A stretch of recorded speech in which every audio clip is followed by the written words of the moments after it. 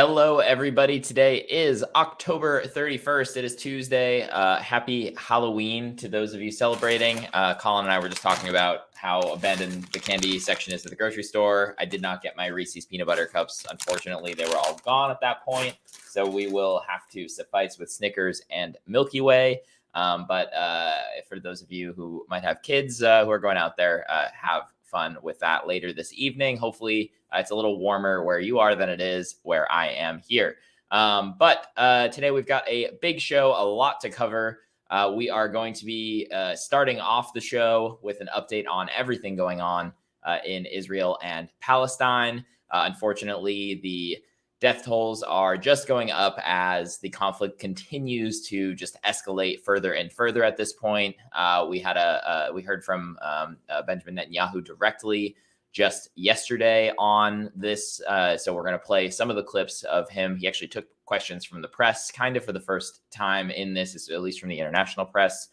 Some big updates there. We're also going to be covering just the big victories that a lot of folks are seeing this as for the United Auto Workers. Obviously, Status Coup is on the ground for the first 25 days of that United Auto Workers strike.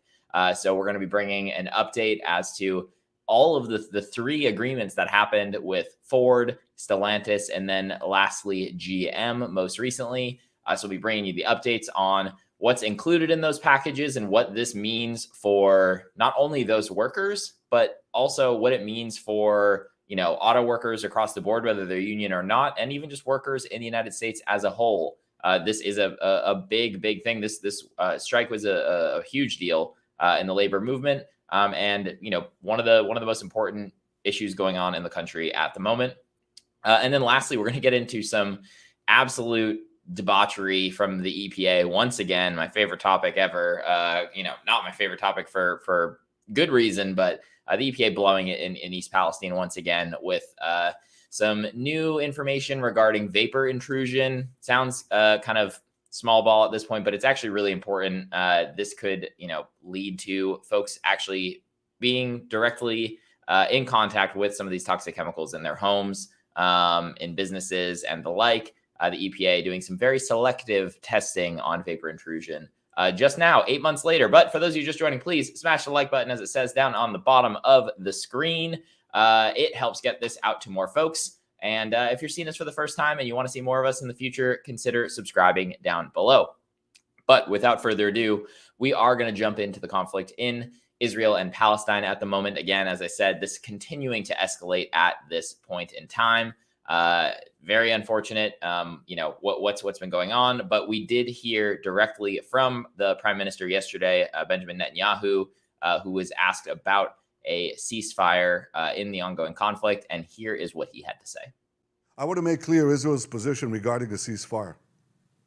Just as the United States would not agree to a ceasefire after the bombing of Pearl Harbor or after the terrorist attack of 9/11, Israel will not agree to a cessation of hostilities with Hamas after the horrific attacks of October 7th.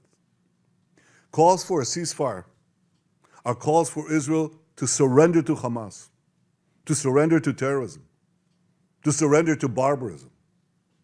That will not happen. Ladies and gentlemen, the Bible says that there is a time for peace and a time for war. This is a time for war. A war for our common future. Today, we draw a line between the forces of civilization and the forces of barbarism. It is a time for everyone to decide where they stand. Israel will stand against the forces of barbarism until victory. I hope and pray that civilized nations everywhere will back this fight, because Israel's fight is your fight. Because if Hamas and Iran's axis of evil win, you will be their next target. That's why Israel's victory will be your victory. But make no mistake, regardless of who stands with Israel, Israel will fight until this battle is won, and Israel will prevail. Again, that coming just yesterday from Benjamin Netanyahu, Prime Minister of Israel. A couple key things that come out in there. Obviously, he's calling against the ceasefire that many folks are calling for. both in protests here in the United States. We also saw big protests in London, several other places around the world. You've got a lot of different Arab countries calling for a ceasefire, other folks in general. The United States not interested in doing that. Last week at one point, I played the clip. There was a vote in the UN on a ceasefire. Everyone voted in favor except for the United States in that. And the United States essentially, with a vote like that, had unilateral power to make it not happen.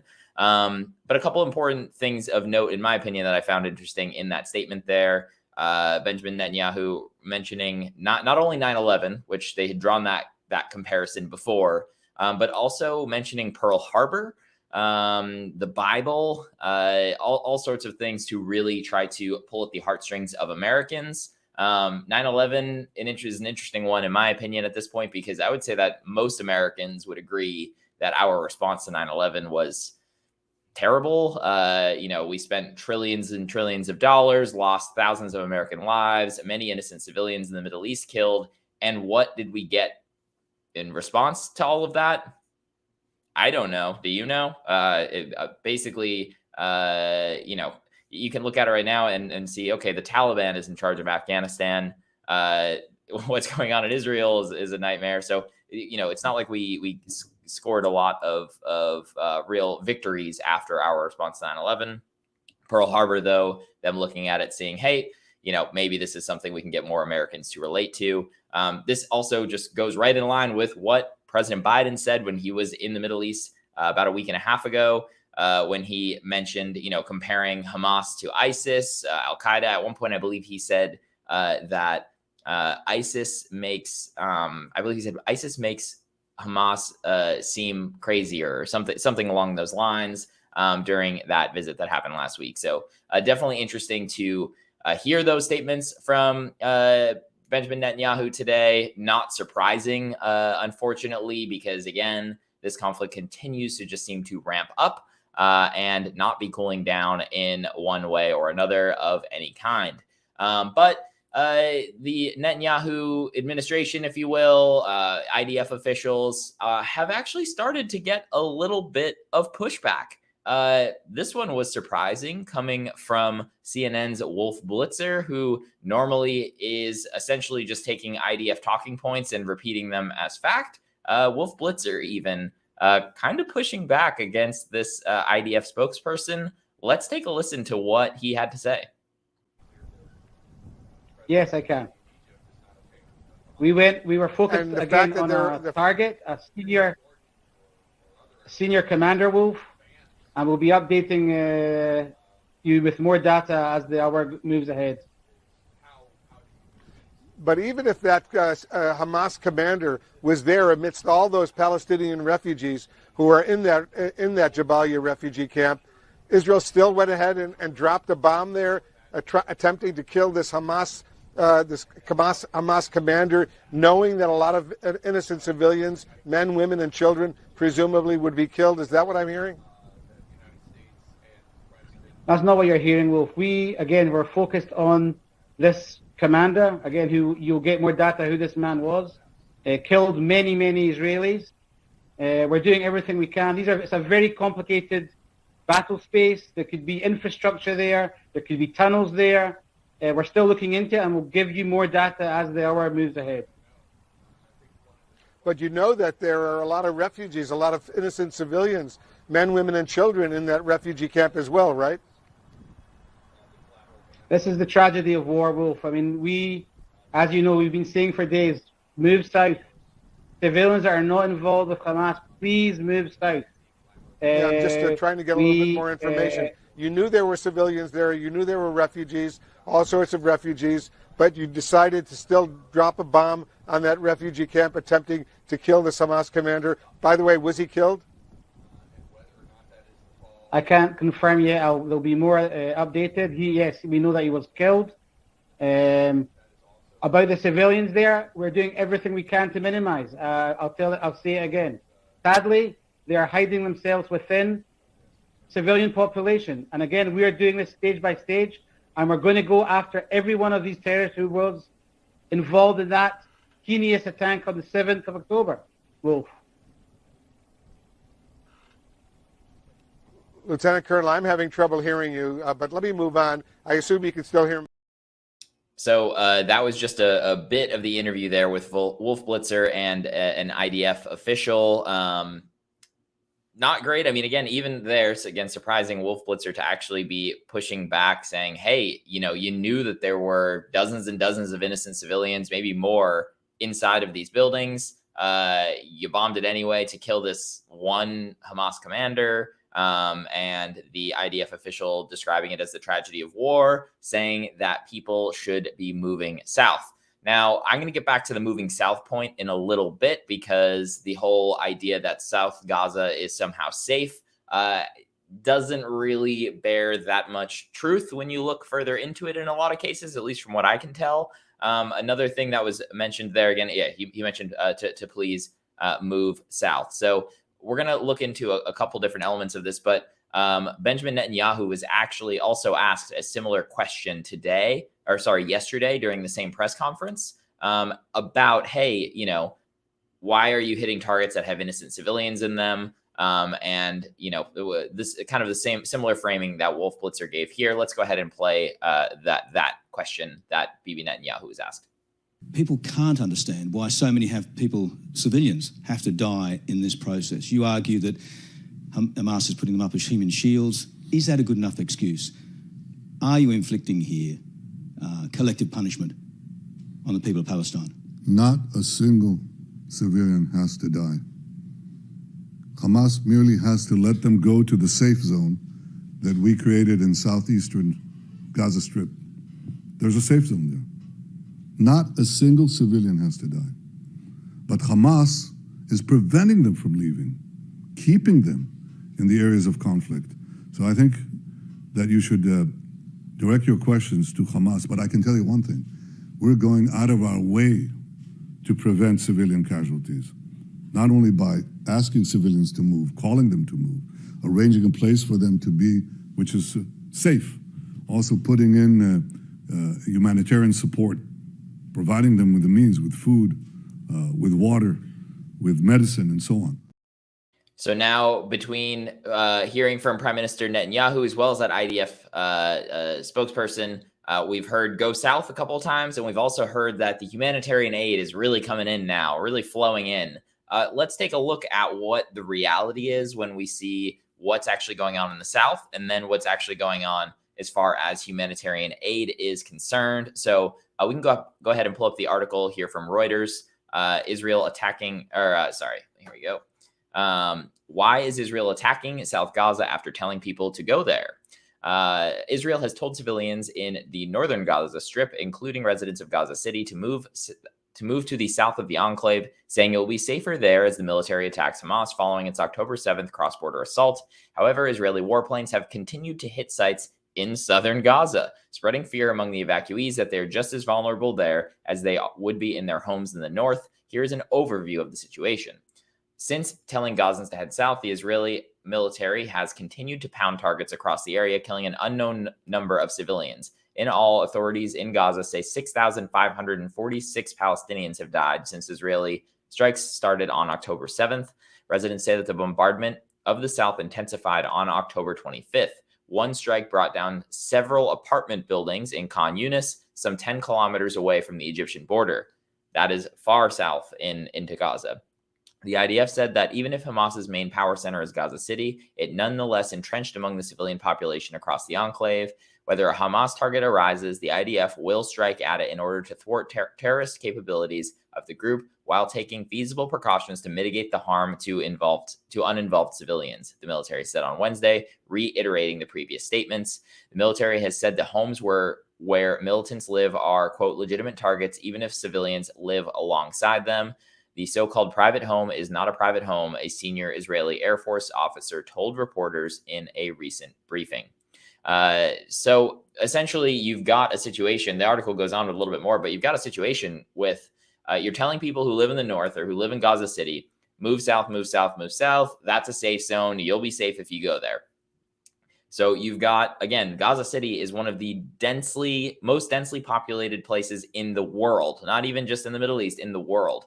You've got over 2 million people living in this small area.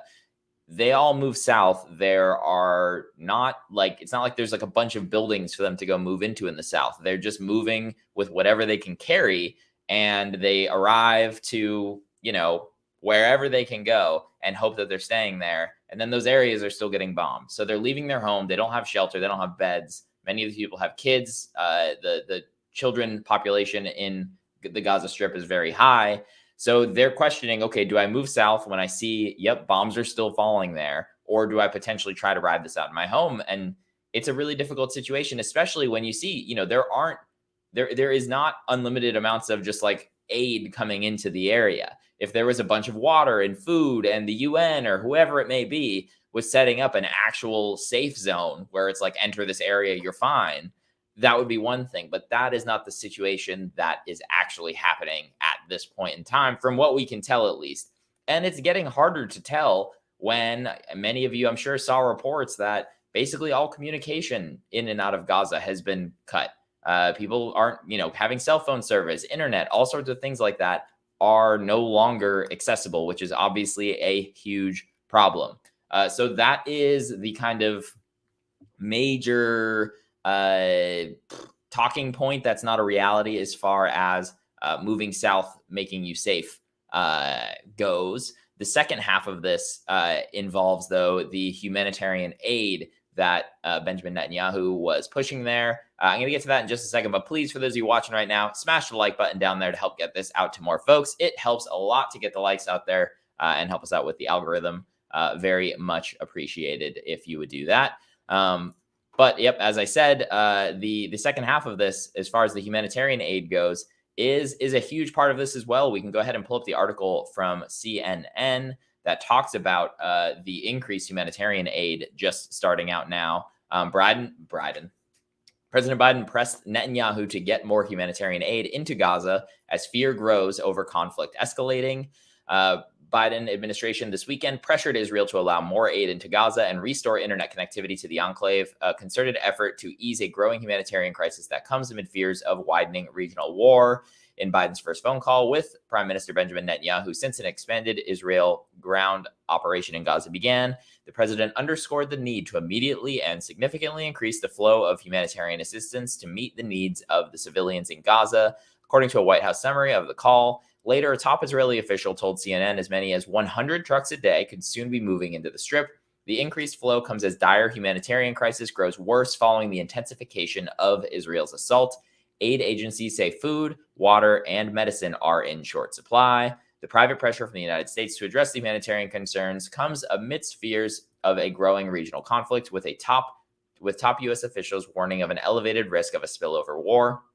As Israel's assault on Gaza unfolds, global pressure is mounting for a pause in the fighting, including Monday at the United Nations. The article goes on with more detail here as well. But what stuck out to me was that, we're essentially, the Biden administration kind of celebrating the point that we're up to 100 aid trucks a day, essentially being let into the Gaza Strip by the Israelis. But if you remember last week when I was reporting on this, and I went and I found the exact number again, but PBS, several other news outlets in general have reported this, that before this war began, there were 450 aid trucks a day that essentially needed to go into the Gaza Strip to make sure that people had water, food, and the like. 450 a day before, and then once a war breaks out and people are being forced to leave their homes, people have had their water cut off, people have had their communication cut off, people have had their power cut off, it's up to 100. So in other words, the amount of aid getting in once the situation got worse has been cut by 4. It's the amount of aid is 25% of what it used to be. That is nothing to celebrate. And I want to be clear with all of this too. I'm being pretty, pointed in my argument against what the IDF is doing at this point in time and what Prime Minister Netanyahu is doing at this point in time. I do want to be clear that Hamas are terrorists. Hamas are doing terrible things. I would not be surprised if Hamas is trying to purposefully spread themselves into the civilian population and the like, right? That very well could be happening. They are terrorists. They are bad. full stop. But that does not mean that Israel should be able to just kind of move in all willy-nilly and just drop bombs all over the place, taking out thousands and thousands of innocent civilians. That is a recipe for just terrible, terrible, terrible disaster on a scale we haven't. I mean, we're already seeing it. We're seeing it right now. But if this continues, the numbers we're seeing right now are going to look like a drop in the bucket. Horrible, horrible stuff going on with all this. And just today, even, we're actually seeing even more. This came out kind of just before we went live here. So I will say, in the fog of war, if you will, please take things with a grain of salt. We're going to, be looking to confirm more of this, but this was being pretty widely reported, and the IDF has actually confirmed some of this in addition to, and it doesn't look good for them. So let's go ahead and pull up this next article here from Reuters, Colin. Israeli airstrike kill 50 in North Gaza refugee camp, Palestinian medics say. Palestinian health officials said at least 50 Palestinians were killed when Israeli airstrikes hit a densely populated refugee camp in North Gaza on Tuesday. That's today, as Israeli ground forces battled Hamas gunmen based in a sprawling tunnel network. Israeli military spokesman, Lieutenant Colonel Richard Hecht, speaking to CNN, confirmed the Israeli strike on the Jabalia refugee camp and said it targeted a very senior Hamas commander in that area. He was asked, he added, "We're looking into it and we'll be coming out with more data as soon as we learn what happened there." UN and other aid officials said civilians in the besieged Palestinian enclave were engulfed by a public health catastrophe, with hospitals struggling to treat snowballing casualties as electricity supplies peter out. That continues on here. It looks like you're pulling it back up. In general, though, just another tragedy going on here. This one, again, just today, 50 innocent civilians. IDF confirmed the strike here. Not looking good to take out what seems like one, maybe two targets. It's not ideal. That attack was in the north, I will say, but still, again, when folks are getting the mixed messaging about going south and then seeing that, apartment buildings in the south, just miles, not even miles. I think it was 3-4 miles from the Egyptian border in the far south of Gaza are being bombed. Of course, they're going to be struggling to decide where to go. And again, as this continues to intensify, again, we just saw yesterday Prime Minister Netanyahu saying no to a ceasefire. They're going to continue on with the operations. The support for this, even inside of Israel, isn't that high. And when I say that, the support for a ground invasion into Gaza, for moving into Gaza to escalate this more, is not high amongst the Israeli population who live in Israel. We can go ahead and pull up the next article here, Colin. Israeli poll is finding that 49% support for holding off on the Gaza invasion. Almost half of Israelis want to hold off on any invasion of Gaza, according to a poll published on Friday, and what may indicate a dip in support for the planned next stage of the counteroffensive against Hamas militants holding some 200 hostages. Israel vowed to annihilate Hamas in response to the Palestinian Islamists' killing and kidnapping spree in southern communities on October 7th, and has been stepping up tank and infantry raids in concert with heavy shelling of the enclave, asked if the military should immediately escalate to a large-scale ground offensive. 29% of Israelis agreed, while 49% said it would be better to wait, and 22% were undecided. Again, I'm going to read those numbers again. 29% agreed, and 49% said it would be better to wait.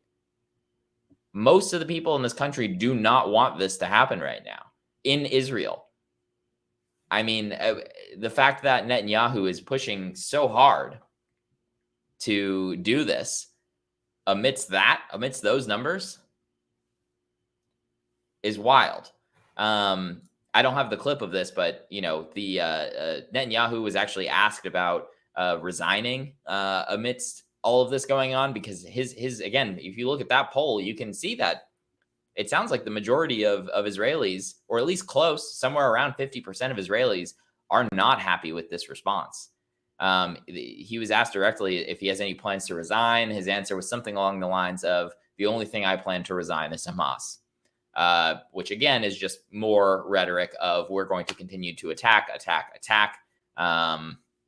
almost with, regardless of the consequences of what that looks like, which is, again, it's horrific. The whole situation is horrific. I really don't, not that I don't enjoy reporting on it, but it's terrible to have to continue to go and look more into this just horrible thing when you see so many innocent lives taken. It's terrible. With all of that being said, there also was some leaked documents over the last couple of days in regards to what Israel's plan is if they do this ground invasion into Gaza. This is just a potential plan of what they could be doing, and it does not look good. Let's go ahead and pull up this AP article, Colin, and an Israeli ministry. An Israeli ministry in a concept paper proposes transferring Gaza civilians to Egypt's Sinai.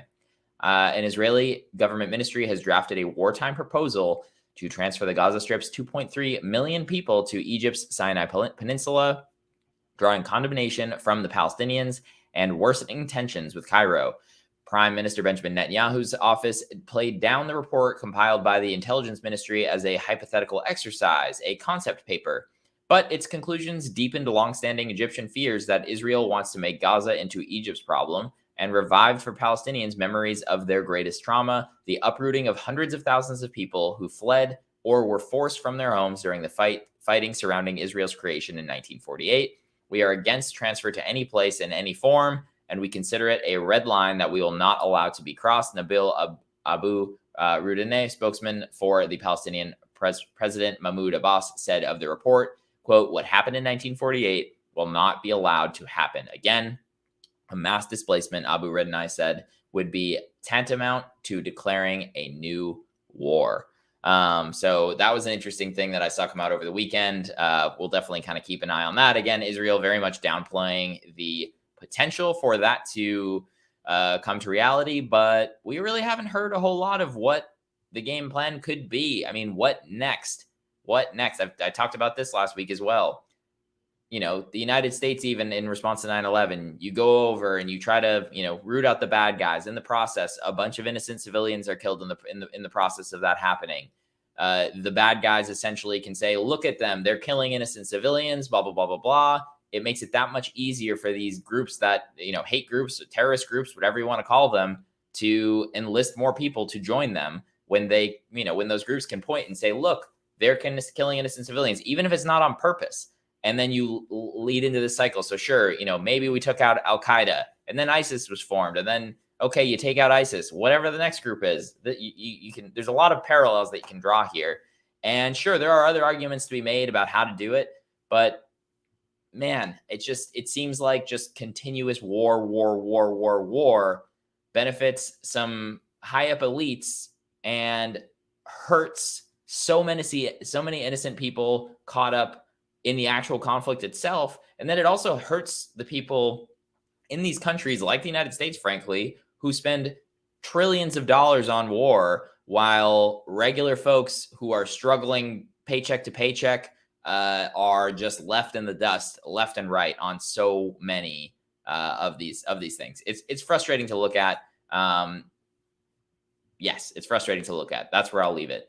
One last thing on this section before moving into an update on the UAW kind of successes over the last week or so. The White House press secretary was asked a question by Fox News' Peter Doocy, and in her answer, she actually made a comparison between folks who were essentially protesting, calling for a ceasefire, to the Charlottesville white supremacist march.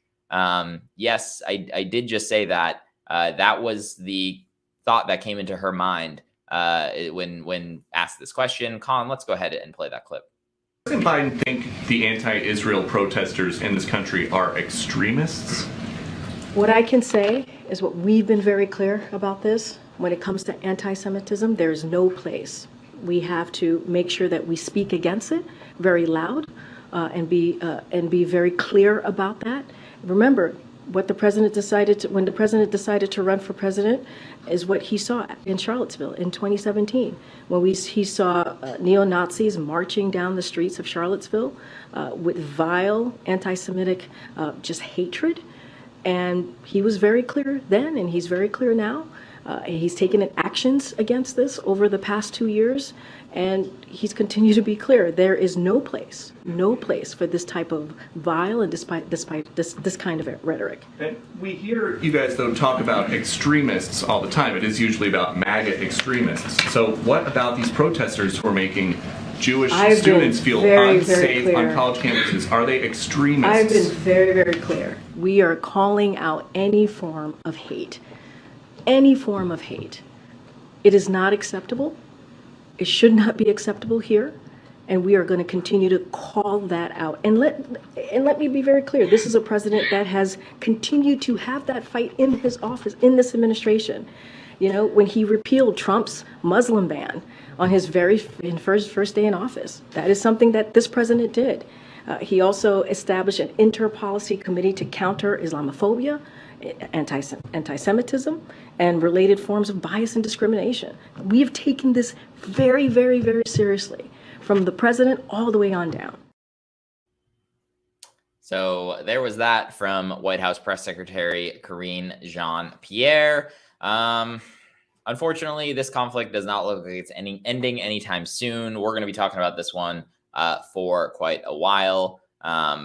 Yeah, just can't describe the scale of just how horrific everything looks, at least just seeing it from afar in Gaza, in Israel at the moment. So with that, we are going to move on to what's going on with the UAW. But before we do that, please smash the like button down below to help get this out to more folks. It makes a big difference. And frankly, especially do it for the UAW coverage that Status Coup has done. I was not able to get out there, but you had Jordan Sheridan on the ground. You had Tina on the ground. You had Ron Placone on the ground. You had John Farina on the ground the whole time for 25 days straight.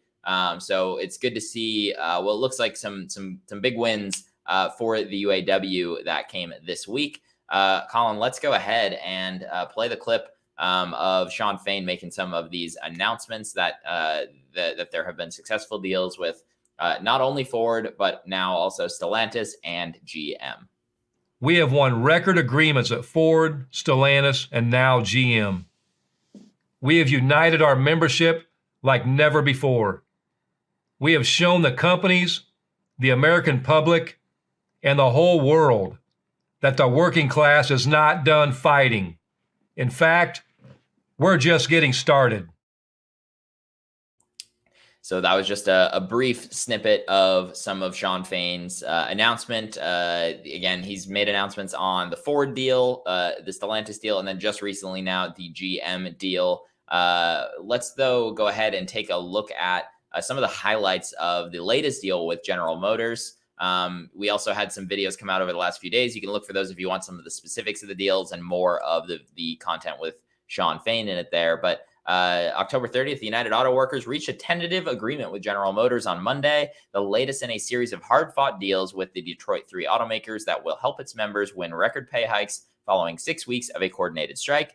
The union reached similar deals with Ford, Chrysler-owned Stellantis, and over the last few days in what amounts to significant victories for auto workers after years of stagnant wages and painful concessions made by the union following the 2008 financial crisis.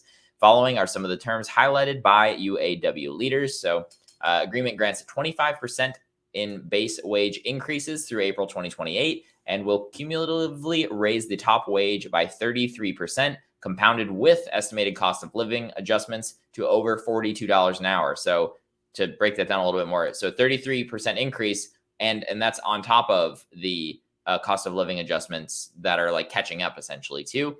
The starting wage will increase by 70%, compounded with estimated cost of living adjustments to over $30 an hour. The deal also brings two groups into the UAW GM master agreement at Ultium Cells and GM Subsystems. GM has agreed to make 5 payments of $500 to current retirees and surviving spouses. Improves retirement for current retirees, those working with pensions, and those who have 401k plans.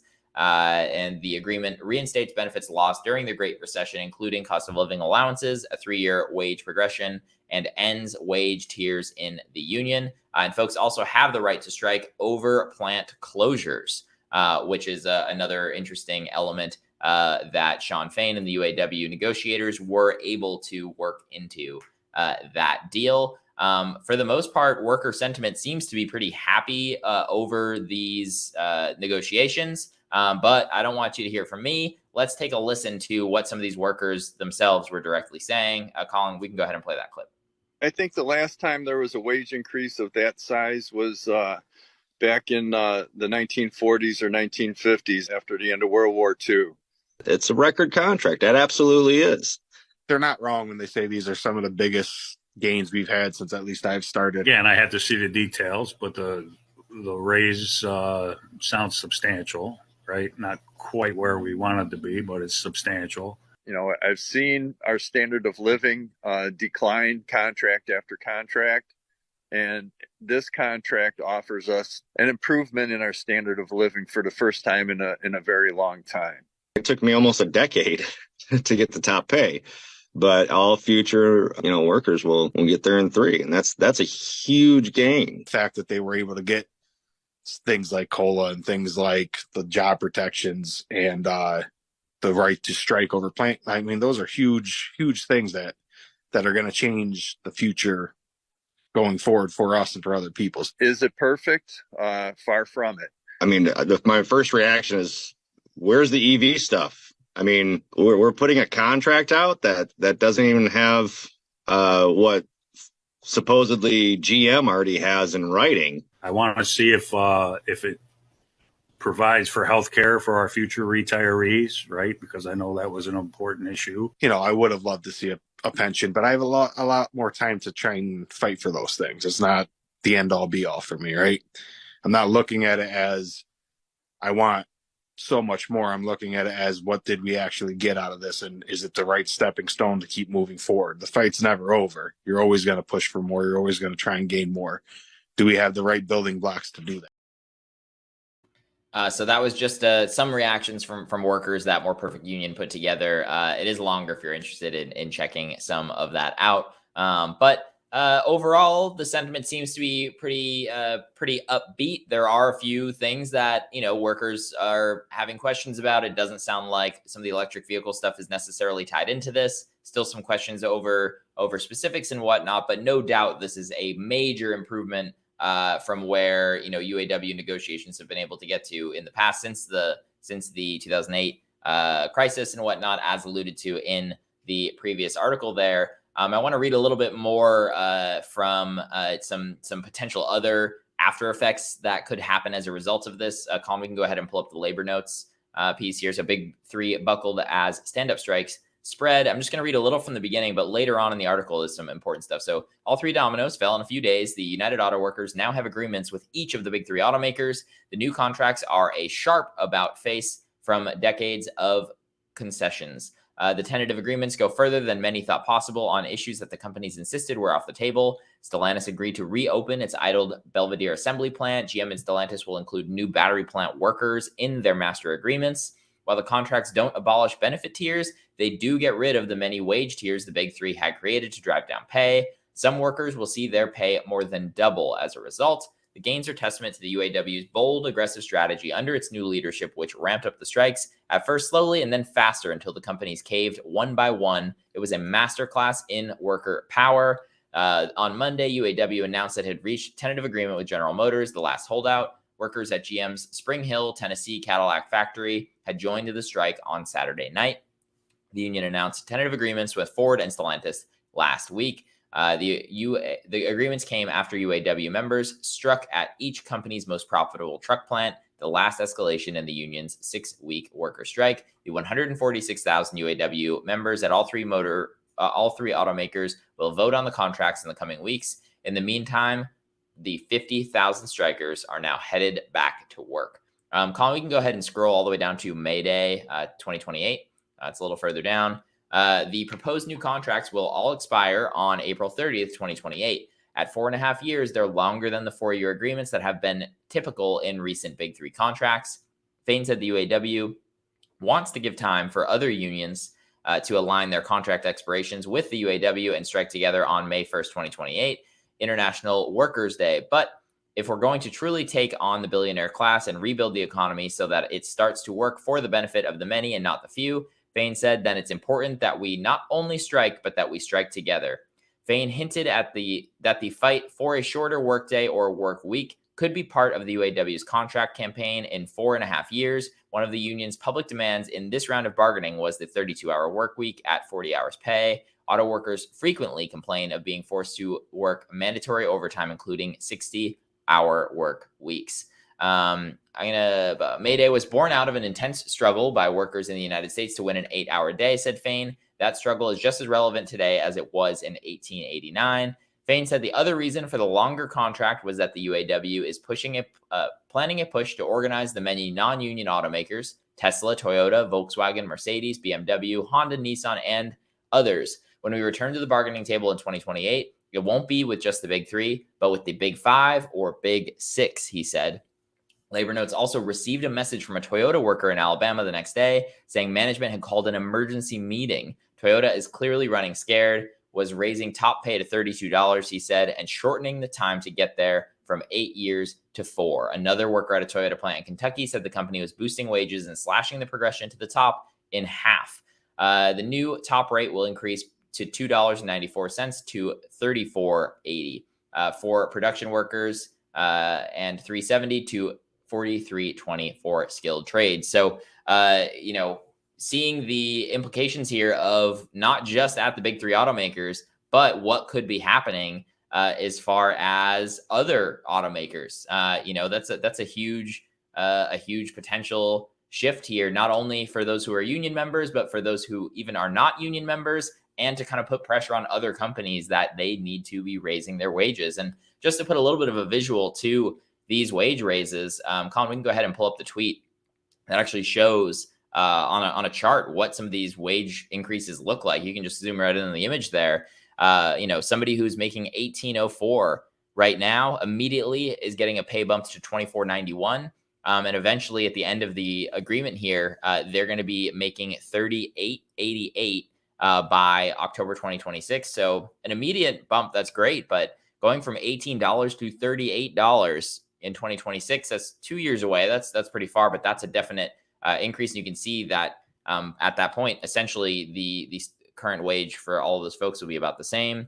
Those are significant bumps. We'll keep it up on the screen here for a second so you can check them out. But definitely significant increases as far as just direct pay goes. And that's not the only thing in the deal. There's still some stuff that we will have to dig a little bit more into. But I thought this did a good job of laying out some of the wage changes just for some workers. Again, it's going to be slightly different depending on which company you're with, but nonetheless important to be able to look out. And again, this is great for the union workers, but also fantastic news for workers in general. It helps drive up wages for other workers in general. Competition amongst all these guys is a real thing, especially as far as attracting labor goes in a lot of cases. It ebbs and flows, obviously, but if one place is paying $40 an hour and the other's paying 20, you tell me which one is going to, have the best employees working for them or trying to get in there first.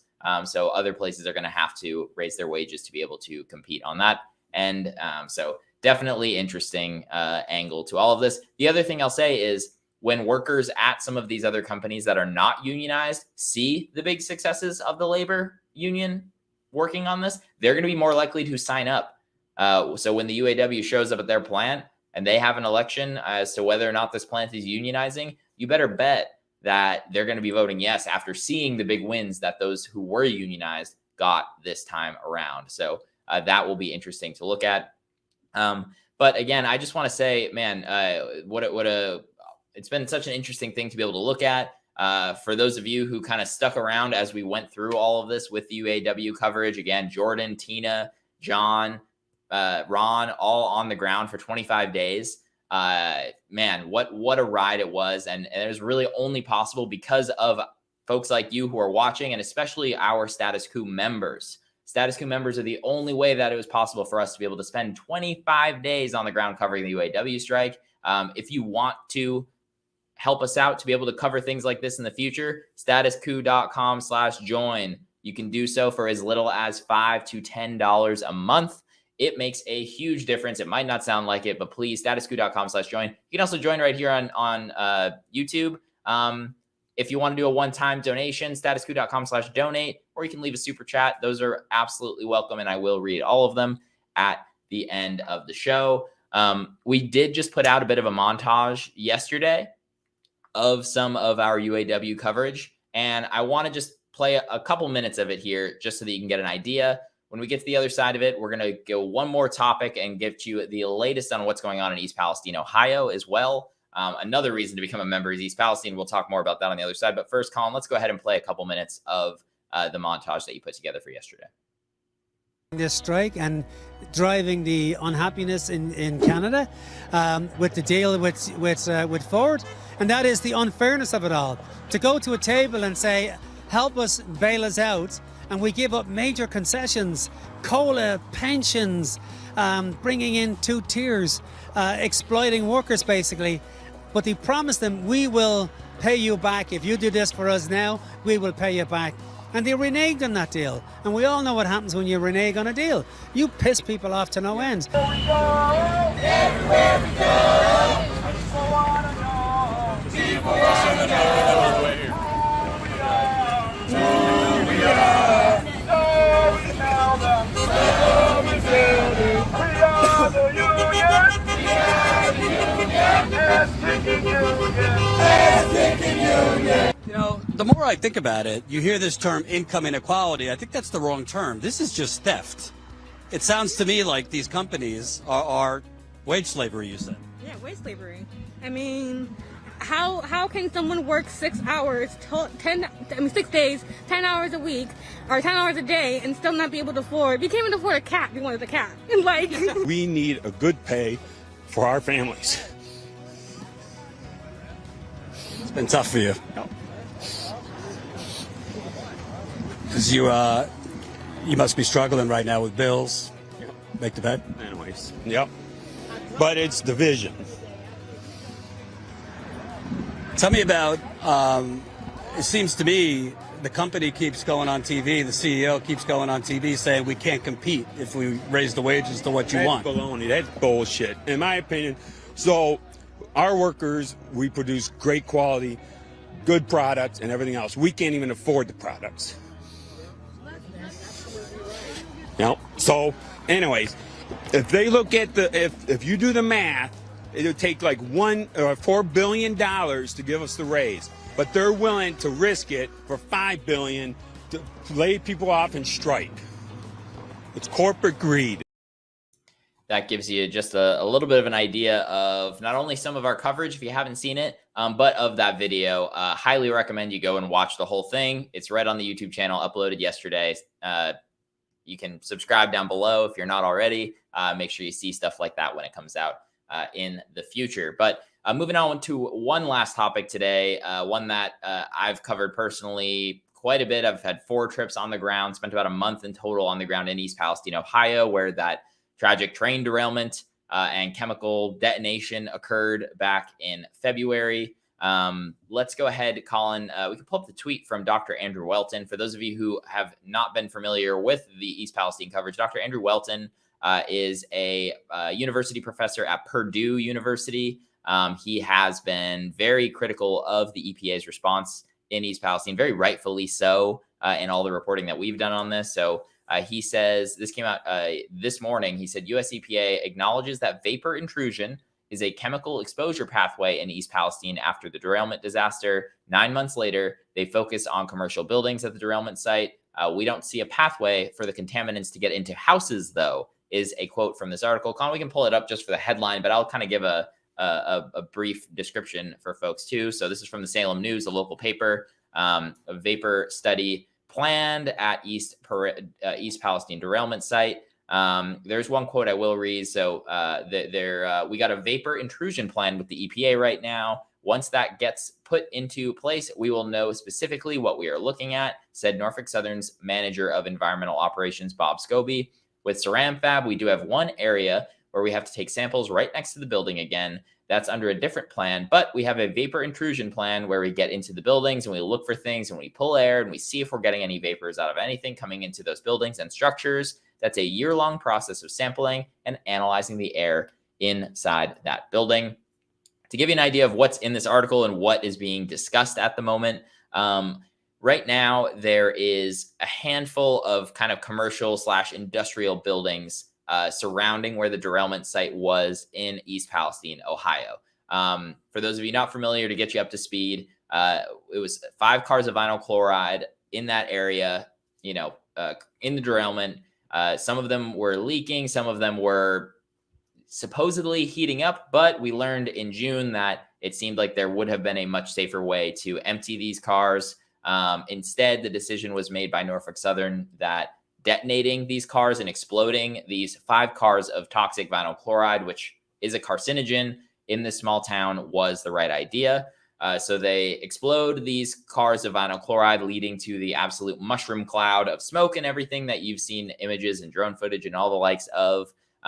It also led to tons of chemicals, even in the initial derailment, but also during the explosion, just leaking more and more chemicals into a local creek that was right in this area. Those chemicals are still poisoning that creek today. The creek still today, 9 months later, has all sorts of chemical sheen. When you disturb the bottom of it, there's chemicals kind of spread throughout it. I've seen it personally as recently as the end of August.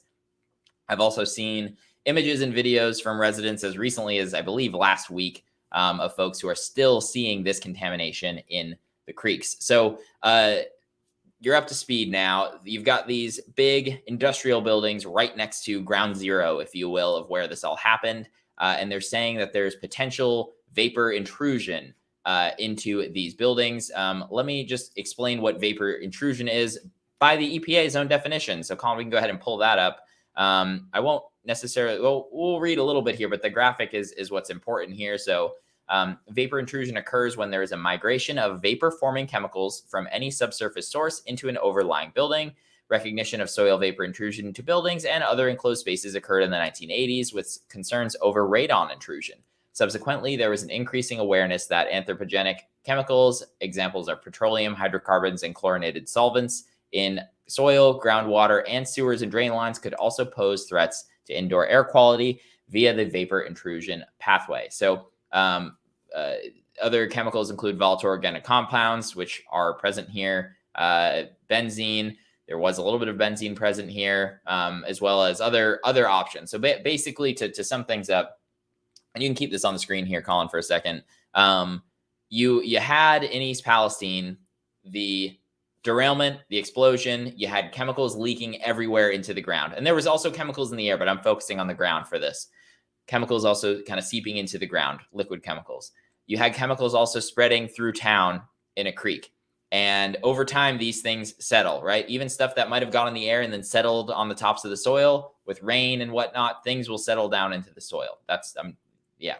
So settling down into the soil, and next to people's houses, under people's houses in some cases where you've got the creeks running.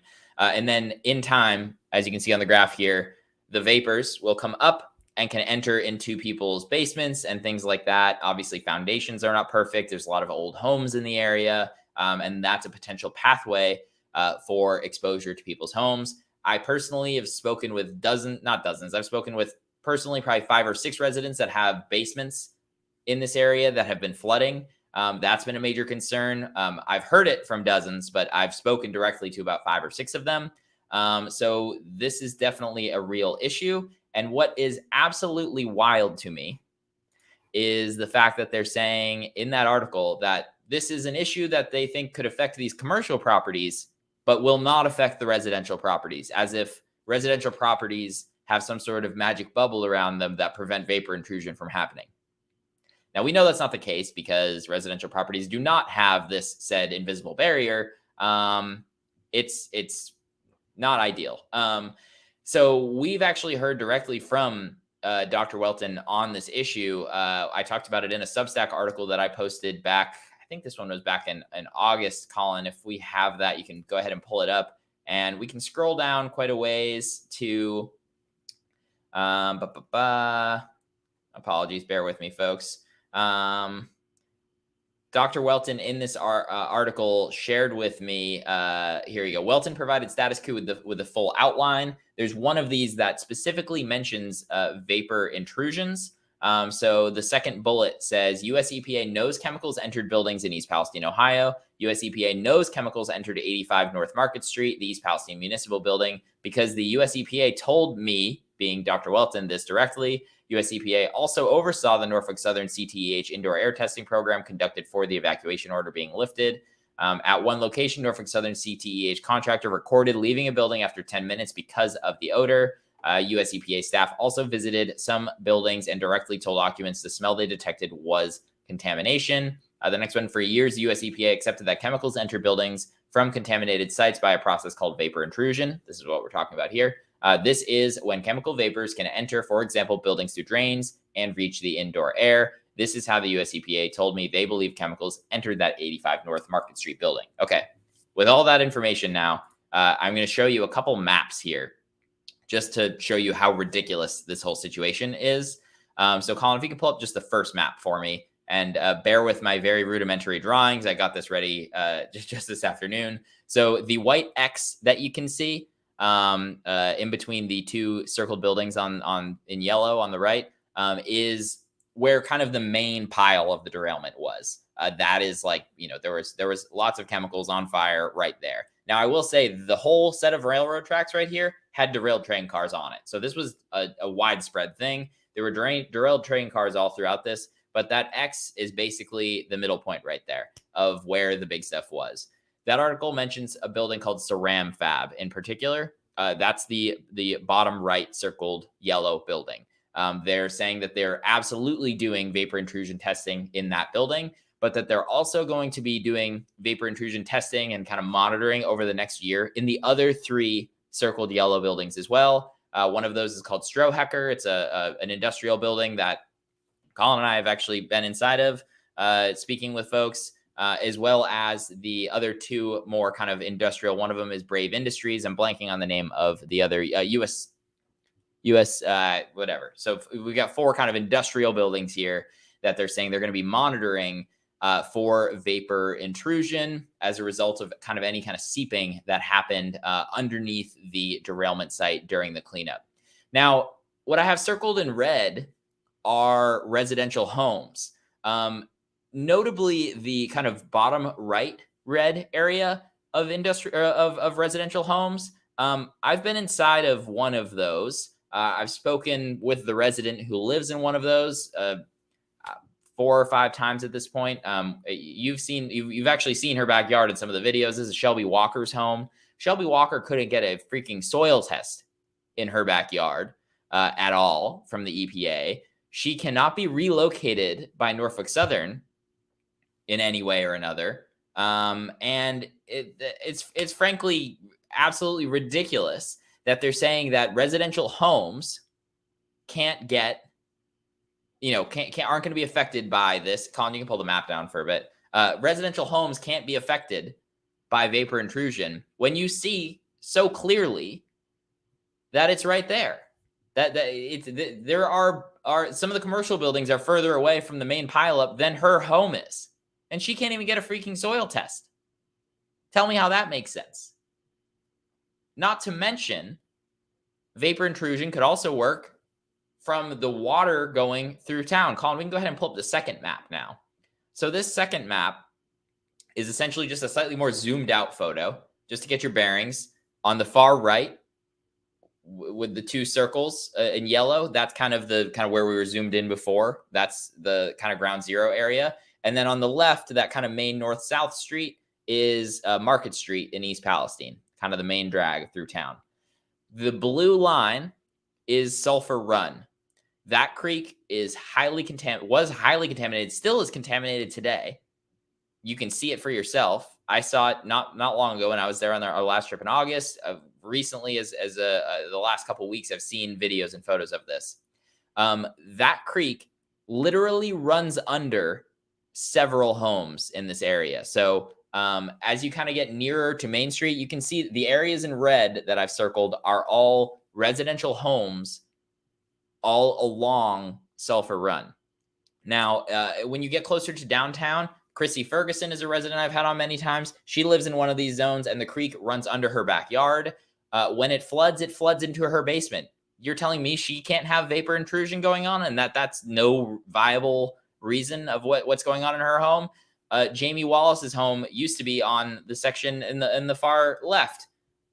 You're telling me that they can't have vapor intrusion in their homes?